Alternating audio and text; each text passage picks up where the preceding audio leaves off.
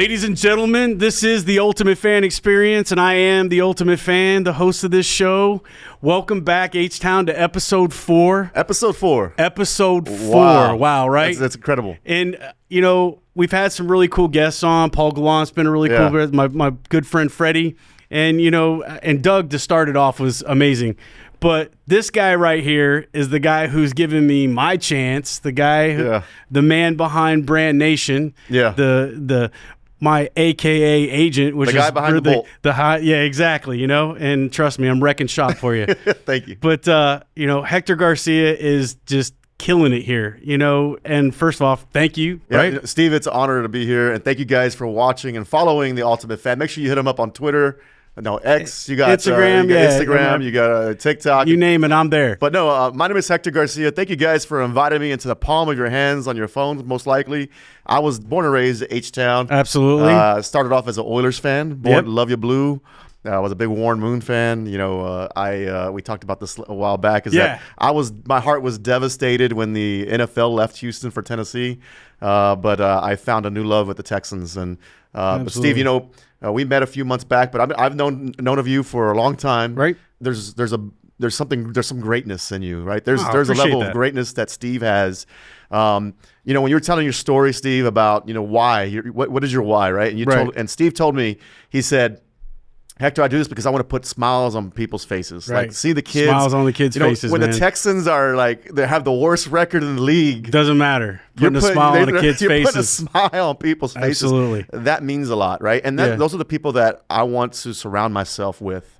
I'm stoked about the Ultimate Fan Experience. It's going to be crazy, man. That's the next level of what we have here at Brand Nation and what we're growing here. And you're a true representation of that. And I appreciate that. But also represents what God is taking this company. Yeah. But I could not be more excited to have you as part of our lineup.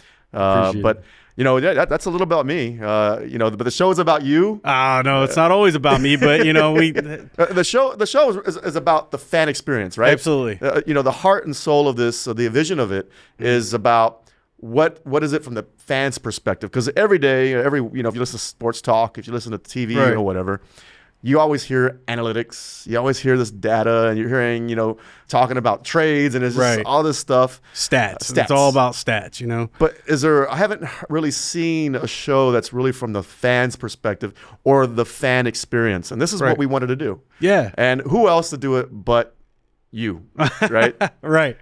So in the, let's say, I know most of your Texans, right? Right. And you're originally a Steelers fan. Absolutely. Growing up, I was actually a Steelers fan growing up, And your best overall, most memorable fan experience, what was that?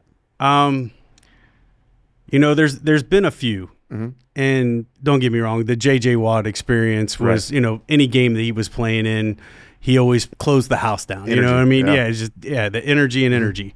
But and even growing up, being a Steelers fan and, watching Super Bowl wins with, Ben Roethlisberger and things like that, as a Texans fan, one of my best memories is just actually this past year. Right. This past year, my older son got to come down and he got to experience a game at NRG Stadium.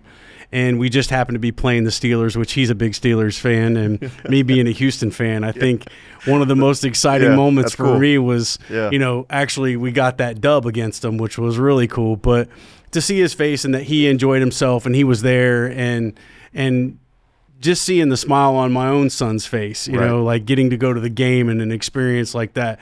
Not everybody gets to go to NRG Stadium. There's some of us that are blessed that are season ticket holders, and we get to go to every game. And all of my goals, every time I go to a game, it's all about putting a smile on somebody else's face. Right. I told myself I wouldn't do this if it wasn't fun. I'm not gonna make this my job. And actually doing this doesn't even feel like a job. This is entertaining for me. It's fun. Getting to do this, getting to talk to the people that are making things happen in Houston and bringing the H back to H-Town. Right. All these experiences have been amazing. And that game, at Steelers game, that was actually a really good game, wasn't it? Oh, yeah. It was one of those. I don't remember the score. Oh, man. To remember the score.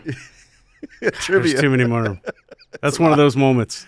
It didn't matter. But it was a great game. It was, because when the CJ did his thing. Yeah. And that's all that really mattered, but it's every game that CJ's even been on this year. It's kind of like having that new JJ Watt, having that new feeling of we're actually winning again. So right, and people always talk about bandwagon fans. I'm all for it. Texans need it, right? It's cool that at least the Texans are getting the national recognition. That's really cool, from being one of the worst in the league to now Super Bowl contenders. I've seen that. Yeah, and and they're the talk of the town. They're the talk of the country, and that's finally, it's really cool to see that on a positive note. Yes. Right, you go. I don't know how many years we've gone where you just watch, whether it be on social media, all them, they'll mention one time the Texans. They'll be like, the Texans won today, click, and they switch over, right? Yeah. Somebody else. But Tom Brady with the Buccaneers of the Cowboys, exactly. Or the Cowboys, always. But I hate the Cowboys, by the way. I don't ever hate the Cowboys. I tell everybody I don't hate their team. I just really love mine. Right, I got you. No, and the thing is, like, for me, born and raised Houston. Yeah, grew up Oilers fan. I always say this, that I have two favorite teams in the NFL. Yeah. It's the Houston Oilers or whoever's playing the Cowboys. Right. Right. So that just instilled in my house, you choose who you were served as today. But as for me and my house, we will not root for the Cowboys. Right. Right. That's how. You can come in, you can cheer for a team as long as it's not the Cowboys, right? That's it, yeah. Yeah. But no, it's a good rivalry. But one of my favorite experiences as a kid is in the Houston Astrodome, and it was Buddy Ryan. He was the defensive coordinator for the Oilers. Okay. And Kevin Gilbride was the offensive coordinator. I'm sure you remember that. Wow, you're going, I'm going way back. Yeah, yeah. And Jack Pardee was the head coach at that time. This was Warren Moon, early 90s days, the run and shoot days. And we were playing the Jets, right? And it was, I think, Monday Night Football. It was Sunday Night Football, remember? And I was there when Buddy Ryan popped Kevin Gilbride in the face. Oh, okay. And I was actually there on the field when it happened. The Oilers were winning. We were winning pretty big. And, there was just some type of, frustration right before the half. Yeah. And going into the half, Kevin Gilbride just got sucker punched by, well, not sucker punched. There was a confrontation, and Buddy Ryan threw a punch and hit Kevin Gilbride in the face. That was one of my favorite moments. Have you ever had those moments? Probably one of the coolest moments was watching AJ just beat the tar out of Finnegan. Oh, that was, when you get back and watch the video, right, and they were going back and forth on each other for a while. It wasn't just something Finnegan bumped him and then it continued. It was a back and forth thing, and Finnegan was jamming him up at every hike of the ball. As soon as he'd get off there, Finnegan was jamming him, and I could see the frustration. You could see it building. Yeah, and then it was just one of those seconds where it's like, pow. I mean, the helmets went flying, and Andre went one way and Finnegan went the other way, and it was pure cool in my book. Not too many guys actually land the punch, or if they do, they're hitting somebody with the helmet on. Yeah. He got the helmet off and he landed a few, which was even better. So it was like one of those Mike Tyson knockouts for me. So, and I don't care whether he said it or not, he was dazed and confused. Okay, so what are some moments like most disappointing that it was to the point of tears? There's been a couple of them. I mean, I think the heartbreaks. One was the Kansas City Texans game in the AFC playoff, right? And it was just, man, how do you lose that big of a lead? You go in halftime, and I mean, everybody, it was there, right? So I mean, we were at the Rustic and just enjoying ourselves. I mean, drinks were flowing, everybody was having a good time. We're up, and it's just. But at the end of the night, we're sitting there going, O'Brien, how did you do this? How did you literally make that happen? Yeah. But you got to give it to Mahomes and But leave it up to Houston. Leave it up to Houston to do something like this. Well, I mean, it was that moment between the whole Patrick Mahomes, Deshaun Watson, back and forth, and it just felt so right. Right. Like the stars were aligned. Everything was going to happen for us. We were going, and we were going to just take it home, right? And to just drop the ball like that was a heartbreaker for me. I'm not going to lie, you know. You're in the tailgate scene, right? Absolutely. I mean, you were in there every Sunday early. What time do you get there? For sure. Gates open. Okay. You know, as soon as the gates open, I'm usually there. That's like and in 7? the platinum lot, it's an hour earlier Okay. than the rest of the other lots. So we get right there as soon as it opens up and the party starts. So 7:30, 8 o'clock, we're that's starting. me. I know I go to the tailgating, but I don't know of anybody, like I don't know of any like area specifically top of mind. But if I'm a new fan and I'm going to the Texans game, what is that one place I have to go visit to experience the true tailgate experience there at NRG? Well, you always got to go to Bud Light Plaza. Okay. You know, I mean, that's not even the tailgate so much of it. It's just like once you enter in, Pre-game. you know, they got a lot of pregame things that are going on over there. But, you know, having Freddie on and enough said tailgaters, there's a Shotgun 30 in the yellow lot where every 30 minutes before the game starts, they're shotgunning beers.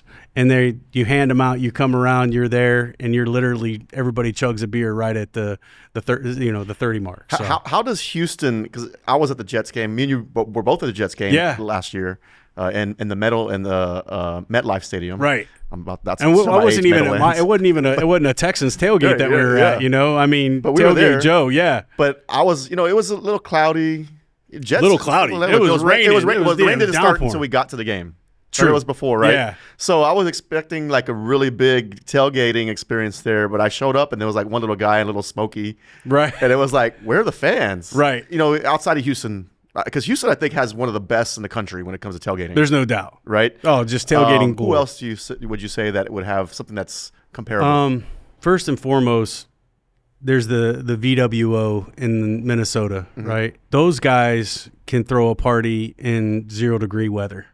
And then that's a whole other experience, like Buffalo, right? Buffalo. I mean, you've got to, if you don't go to Pinto Ron's place, the dude literally cooks everything on his car on a red Pinto.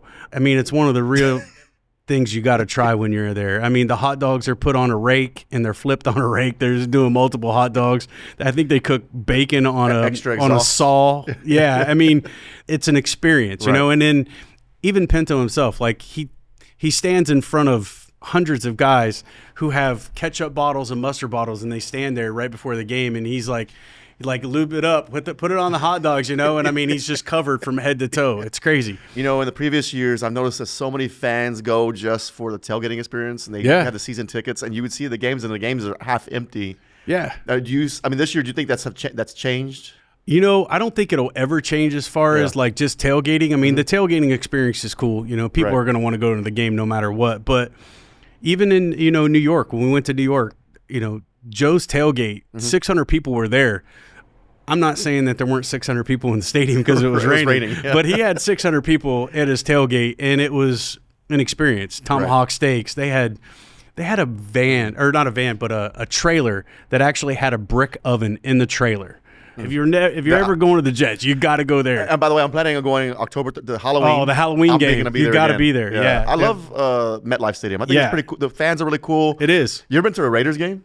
No, I have not been. I always wanted to go to the Black Hole and never made it. I had a buddy of mine, you know, the general, rest in peace. Those some dirty fans, probably the dirtiest fans. I mean, they're known for that. I think it's more of, for me, it's they're just scary looking. Not that they're mean fans. I mean, as an opportunity to go to a stadium like that, I wish I would have been able to go and see what the Black Hole looks like. It's kind of like going to Cleveland in the dog pound. Yeah.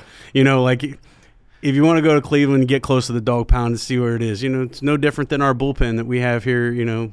Yeah, I've been to Oakland, right? I did the Oakland It was Raiders versus the Chargers, big rivalry. Oh wow! I was there in Oakland. Yeah, the Chargers. And I was there in rivalries. Man, you know that stadium. Even in those days, it was like early 2000s. It was an old stadium, and but man, the smell of weed and just people just. I mean, just like it was. I looked around like there's just like everybody's around just smoking weed, and it was crazy. And then we left. In the game, I don't remember who won. Yeah. But the thing I remember is there's so many fights walking out with Raiders and Chargers fans. Yeah. And there was a Chargers fan that was in a porta potty. And guess what happened? The Raiders fans came out and tipped it over with him in it. Of course. Right. But you know, hey, I mean, there's some fans that just that don't care what kind of fan you are. I mean, it's kind of like the Eagles fans. You know, the Eagles fans can be pretty gnarly themselves. And in your experience, though, I mean, so my experience, like different stadiums when I've gone, I haven't really had much trash talk, and I enjoy the banter. Have you ever had experiences where people just dogging you and you're just talking so much to you and just. I'm sure after this conversation there'll be more, right. but it's never really happened. No? It's never really been heated as far as that goes. I mean, I've had a couple of moments, and even in our stadium where I'm on the visitor side. Yeah, I'm in war territory as it is. I'm the only fan on my side. As far as that goes. But I'll tell you a story. Yeah. Cowboys. We went to Cowboys. Arian Foster did his thing up there. I would say the Houston fans were worse than the actual Dallas Cowboys fans. It's weird that was like that, but it's like that sounds like fun. Though. I think it's like territorial kind of thing when you sit there and think about it. It's like, Texas for us. Yeah, they can have America. We got Texas. I guess and that's one of the reasons why you can't just get into the tailgates. You used to be able to just walk into the tailgates and enjoy a day of tailgating. You didn't have to go to the game. You could do that. The Cowboys-Texans game ended all of that. There was no more, okay, you have to have a ticket to get in kind of thing. Right. Yeah, not near. There were people getting hurt, and I mean, it was pretty crazy. I mean, fights galore that game. I remember it happening. Walking into the stadium, you could just walk that Cowboys fans. You could just realize when they were walking out, it was empty coolers and black eyes. That's what it looked like. I mean, it was crazy. So that was probably the worst fan experience. Yeah. Right? Yeah, I mean, and that was even, just kind of the Ultimate Fan kind of just started around that time, when all that was kind of going on. But can you imagine, though, like, if you're in so are you going to the Cowboys game in November? My plan is to go. Okay. I plan on going. Go together. We should. Yeah, we're going. Yeah. So, it would be cool, though. Not cool. Maybe not so much. I don't promote violence. Right. But could you imagine though if there was a big fight and then he shows up like he's to tell you the truth, like he was like Ultimate fans when here. that game where we lost, when we went and we actually lost that game and it was so close and as we were walking out there was these two guys, right, and they were just talking trash to all the Texans fans, right, and they were just like giving them what for, and then I walked past and the one dude goes, yeah, not this guy, we'll just let him he doesn't look happy anyways. See, if I let's just let him go. If what I mean? With you to a game, I'll be talking to everybody all around me. Because I know you got my back. We'll use that black belt for something, right? Right. Yeah. And and for me, I don't ever go looking for that. You know what I'm saying? Right. Like I'm always have experience. Yeah, right, I want to have everybody to have a good time. I mean, it's like Freddie's tailgate. He always says it, man. Like it's all about having a good time. And to tell you the truth, with my PFUFA brothers and sisters, like I have friends of every team everywhere, you know what I'm saying? And whether it be Minnesota, whether it be the Jets or wherever it's at, like I have family there. And so that's one of the cool experiences for me. Even in San Diego, man, there's Thunder Alley there. I don't know if you've ever been into Thunder Alley. No. And that is just one big party tailgate. And I've only seen pictures, but I can't wait to go. You know what I'm saying? Like there's things that I want to do. I've never been to Lambeau, and that's another thing I want to do. There's stadiums that everybody wants to hit every one of them, but yeah, if you're watching right now, you're on TikTok, Facebook, or whatever, make sure on YouTube, leave a comment. We want to know what your best fan experience or worst fan experience is.